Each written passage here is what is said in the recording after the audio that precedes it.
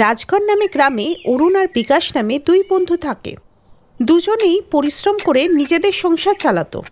এতে ওদের খুব বেশি রোজগার হতো না বলে ওরা দুজন মিলে ঠিক করে যে একটা ব্যবসা শুরু করবে। ধ্যাত, দিনরাত কুত্তার মতো খেটে একদম বিরক্ত হয়ে গেছি আমি। তাই এবার এমন একটা কাজ করতে হবে যাতে লাভ হবে বেশি আর পরিশ্রম হবে কম। আর এমনটা একমাত্র ব্যবসাতেই সম্ভব। কিরে বিকাশ, চল ভাই দুজন মিলে ব্যবসা করি। কিন্তু অরুণ, মানে আরে এসব কি আউ করছিস? আগে বল আমার উপর ভরসা আছে কিনা। আচ্ছা ঠিক আছে ভাই, আমি টাকা দিতে রাজি, কিন্তু আগে এটা তো বল যে কি কাজ করব। শোন, আমরা সবজির ব্যবসা করব। গ্রামে কৃষকদের কাছ থেকে সস্তায় মাল তুলে নেব আর শহরে গিয়ে ওগুলোকে অনেক দামে বেচবো। কিন্তু কৃষকদের কাছ থেকে কম দামে কেন কিনবি ভাই? সব থেকে বেশি পরিশ্রম তো ওরাই করে। শোন ভাই, ব্যবসা করতে গেলে কিন্তু মনের কথা শুনলে হবে না, শুনতে হবে মগজের কথা। ওই দুজন বন্ধু মিলে সবজির ব্যবসা শুরু করে আর কিছুদিনের মধ্যেই ওরা ভালো মুনাফা অর্জন করে নেয়। এইভাবেই 1 মাস কেটে গেলে বিকাশের স্ত্রী প্রিয়া ওকে একদিন বলল, শোনো, তুমি কি টাকা পেয়ে গেছো? কারণ বাড়িতে এসব বাজার শেষ হয়ে গেছে। হ্যাঁ হ্যাঁ প্রিয়া, আমি তো আজকেই যাচ্ছিলাম অরুণের কাছে ব্যবসার হিসেব নিতে। তুমি জানো, আমি আর অরুণ মিলে এবছর খুব ভালো ব্যবসা করেছি। আমরা 1 বছরে যা কামালাম না, গোটা বছর চাকরি করেও তা কামাতে পারতাম না। আরে বাহ, এ তো দারুণ ব্যাপার। আচ্ছা, তবে আমি এলাম। অরুণ আজকে আমায় ডেকেছে ওর বাড়িতে হিসাবটা বুঝে নেওয়ার জন্য। ঠিক আছে, তাহলে তাড়াতাড়ি এসো, বাজারও তো আনতে যেতে হবে। হ্যাঁ হ্যাঁ, আমি চলে আসবো। আর শোনো, তুমি আজকে না ঘিয়ে লাড্ডু বানাবে। হাতে অনেকদিন পরে টাকা আসছে, একটু মিষ্টিমুখ হয়ে যাক। আর ঘিটা যাতে দেশি হয়, ঠিক আছে? হ্যাঁ হ্যাঁ, বানাবো। বিকাশ খুশি মনে অরুণের বাড়িতে গেল, কিন্তু গিয়ে দেখল যে ওর বাড়িতে তালা ঝুলছে। এ কি, অরুণের ঘরে তালা দেওয়া কেন? আরে ভাই, অরুণ কাল রাতে ঘর ছেড়ে পালিয়ে গেছে, শালা আমার ভাড়াটাও দেয়নি। কি, অরুণ চলে গেছে? হে ভগবান, আমার সব টাকা যে ওর কাছে। দাদা, আপনি জানেন ও কোথায় গেছে? না ভাই, ও কোথায় গেছে সেটা আমি জানি না। হে ভগবান, এবার কি হবে? আমার সব টাকা যে ওর কাছে, ওকে আমি কোথায় খুঁজবো? এভাবে ঘর ছেড়ে পালানোর একটাই মানে, ও সব কিছু নিয়েই পালিয়ে গেছে। না না, এ এ হতে পারে না। আমি যে আমার সর্বস্বকে দিয়েছিলাম ব্যবসা করার জন্যে। না না, ও ও এভাবে পালিয়ে যেতে পারে না। বিকাশ মন খারাপ নিয়ে বাড়িতে ফিরে আসে। তুমি এসে গেছো, কিন্তু তোমাকে এরকম লাগছে কেন? কি হয়েছে গো? এরপর বিকাশ ওকে সব কথা বলে। প্রিয়া, আমি স্বপ্নেও ভাবিনি যে আমার ছোটবেলার বন্ধু আমাকে এভাবে ঠকাবে। ওর সাথে ব্যবসা করতে গিয়ে যে আমি চাকরিটাও ছেড়ে দিয়েছি। না, আমি আজকের পর থেকে আর কারোর উপর বিশ্বাস করব না। তুমি চিন্তা করো না গো, আমরা দুজন মিলে কোনো না কোনো কাজ করে নেব।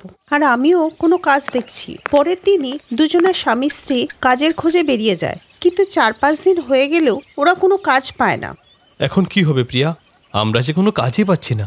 তখনই প্রিয়ার বাইরে থেকে একটা ফেরিওয়ালার আওয়াজ শুনলে ওর মাথায় একটা আইডিয়া আসে।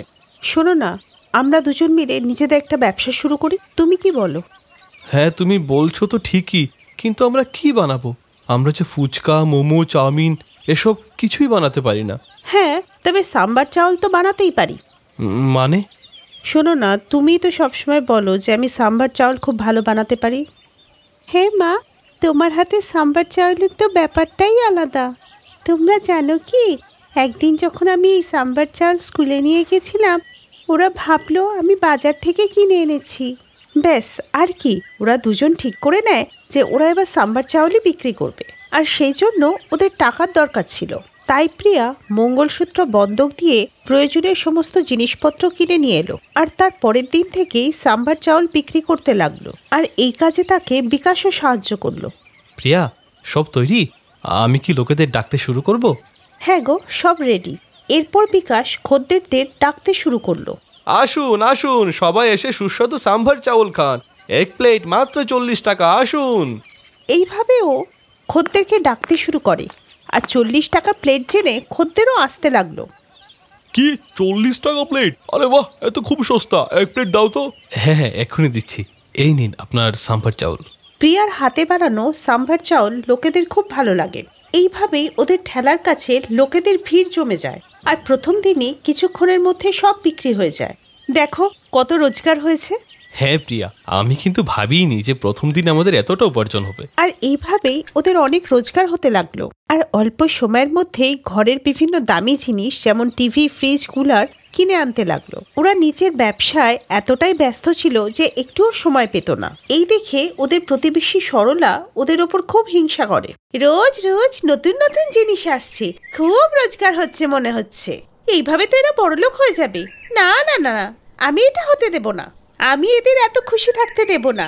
এদের এই খুশির ওপর খুব তাড়াতাড়ি গ্রহণ লাগবে, আর গ্রহণ লাগাবো তো আমি। ওই দিন থেকে সরলা ওদের ওপর নজর রাখতে শুরু করে। একদিন যখন ওরা বাড়িতে ছিল না, তখন ওদের চাল ডালের মধ্যে ও কাকড় মিশিয়ে দেয়। এইবার দেখবো কি করে ওদের দোকানে খদ্দের আসে। কালই হবে ওদের ঠেলা লাগাবার লাস্ট দিন, কারণ কালকে খদ্দেরা খাবার খেলেই সব পালিয়ে যাবে। আহা কি মজা। পরের দিন ওরা ঠেলা নিয়ে সাম্বার চাউল বিক্রি করতে বেরিয়ে পড়ে, আর সাম্বার চাউল বানিয়ে বিক্রিও করতে লাগে। সরলা দূরে দাঁড়িয়েছিল মজা দেখার অপেক্ষায়। কিছুক্ষণের মধ্যেই খদ্দেররা চলে আসে, কিন্তু সরলা এটা দেখে অবাক যে কারোরই কিছু হচ্ছে না। এমা, এটা কি করে সম্ভব? সবাই তো খেয়েই যাচ্ছে, কারোর তো কিছু হচ্ছে না, কেসটা কি? তখনই ওখানে ওর স্বামী রামকিশোর এসে যায়। কি হলো সরলা, কারোরই কিছু হয়নি দেখে অবাক হয়ে গেলে? হ্যাঁ মানে? শোনো, বেশি মানে করবে না। তোমাকে কাল রাতে ওদের বাড়ি থেকে খাবারে পাথর মেশাতে আমি দেখে নিয়েছিলাম। ওই তোমার লজ্জা করে না শুধুমাত্র নিজের হিংসার কারণে মানুষের প্রাণ নিয়ে খেলা করতে? ভাগ্যিস যে আমি তোমায় ওরমটা করতে দেখে নিয়েছিলাম। তারপর আমি গিয়ে বিকাশ আর প্রিয়াকে সব কথা বললাম, আর ওদের আবার নতুন রেশন এনে দিলাম। তোর মতো নিচ মহিলাকে নিজের স্ত্রী বলতে আমার লজ্জা হয়। তখন ওখানে বিকাশ আর প্রিয়াও চলে আসে। ছি, ওদের পেটে লাথি মারতে তোমার একটু লজ্জা করলো না? তুমি কি ভুলে গেলে এই সেই বিকাশদা আর প্রিয়া বৌদি, যারা আমাদের একবার নয় বারবার সাহায্য করেছে, আর তুমি কি না ওদের পেটেই লাথি মারলে?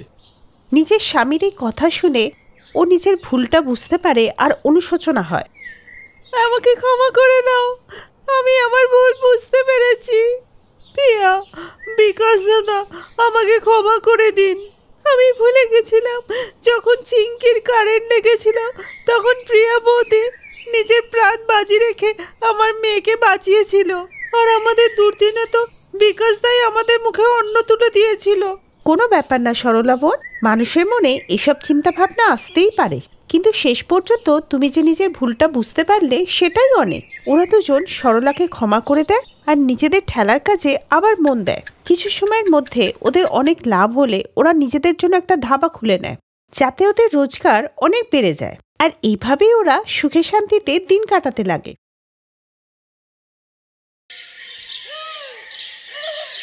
চন্দনের কুরকুরে মোমোর ঠেলা খুব ভালো চলছিল। সন্ধে ৬টা বাজলেই ওর ঠেলাতে গ্রাহকের ভিড় উপচে পড়ত। চন্দন খুব খেটে কুরকুরে মোমো বানাতো আর ওর গ্রাহকদের খাওয়াতো। চন্দনের একটা বিশেষত্ব ছিল, ও কুরকুরে মোমো বানানোর জন্য যা কিছুই ব্যবহার করত সেই সমস্ত কিছুর কোয়ালিটি খুব ভালো থাকত। ওর এই বিশেষত্ব লোকেদের ভীষণ পছন্দের ছিল। ধীরে ধীরে চন্দনের কুরকুরে মোমো এতটাই ফেমাস হয়ে যায় যে ও অফলাইনের সাথে সাথে অনলাইন ডেলিভারি দিতেও শুরু করে দেয়। চন্দনদা, 1 প্লেট কুরকুরে মোমো দাও তো। হ্যাঁ, এক্ষুনি দিচ্ছি। আপনাকে কত প্লেট দেব? হ্যাঁ, ওই 3 প্লেট মতো লাগবে। তা হাফ প্লেটে কটা মোমো থাকে? হাফ প্লেটে থাকে 4টে মোমো, আর আপনার ফুল প্লেটে থাকে মোট 6টা মোমো। এক কাজ করো, 4টে ফুল প্লেট দিয়ে দাও। চন্দন রোজই খুব পরিশ্রমের সাথে কাজ করত। এবারও ভালো টাকা ইনকাম করতে শুরু করে দিয়েছিল। চন্দন রোজ সকাল সকাল কুরকুরে মোমো বানানোর জন্য জিনিসপত্র আনতে বাজারে চলে যেত। তাজা তাজা সবুজ শাকসবজি, পনির, তেল, যা কিছুই ওর প্রয়োজন হতো সেই সব কিছুই ও খুব ভালো কোয়ালিটির কিনত দোকান থেকে। একদিন এক ছেলে চন্দনের দোকানে আসে। ও খুব মুশকিলের মধ্যে ছিল। দাদা, একটা কোনো কাজ দিন, আমি খুব অসুস্থ, আমার টাকার খুব দরকার। এই শহরে আমি নতুন এসেছি, অনেকের কাছ থেকেই আমি কাজ চাইছি, কিন্তু কেউই কোনো কাজ দিতে পারছে না। আপনার কথা আমি এখানে সবার থেকে অনেক শুনেছি। দাদা, আমি খুব খেটে কাজ করব। এখানে কাজ করলে অন্তত দুবেলা দুমুঠো খেতে পাবো, আর আমার বৃদ্ধা মা অভুক্ত থাকবে না। ছেঁড়া কাপড়ের ওই ছেলেটাকে দেখে চন্দনের মনে খুব দয়া জাগে। চন্দনেরও এমন একজন ছেলের দরকার ছিল যে ওকে কাজে সাহায্য করতে পারে। ঠিক আছে, তুমি আমার কাছে কাজ করতে পারো, কিন্তু সৎভাবে কাজ করতে হবে। হ্যাঁ, তোমার কোনো ভুলের জন্য যদি আমার বদনাম হয় সেটা কিন্তু ভালো হবে না। না না দাদা, আপনি চিন্তা করবেন না, আমি খুব খেটে সমস্ত কাজ করব। চন্দন রঘু নামের ওই ছেলেটাকে নিজের ঠেলাতে কাজ দিয়ে দেয়। রঘুর আশাতে চন্দনের অনেক উপকার হয়ে থাকে। চন্দন যখন বাজার যেত তখনও রঘুকেও নিয়ে যেত। ধীরে ধীরে রঘু চন্দনের সাথে থেকে সমস্ত কাজ শিখে নেয়। আরে বাহ রঘু, তুই তো খুব ভালো কুড়কুড়ে মোমো বানাচ্ছিস। তুই তো যাকে বলে একদম রাঁধুনি হয়ে গেছিস। চন্দনদা, যা শিখেছি সবই তোমার থেকে। তুমি সেদিন আমাকে কাজে না নিলে আমাকে আর মাকে আজও এখানে ওখানে ভিক্ষা করে বেড়াতে হতো।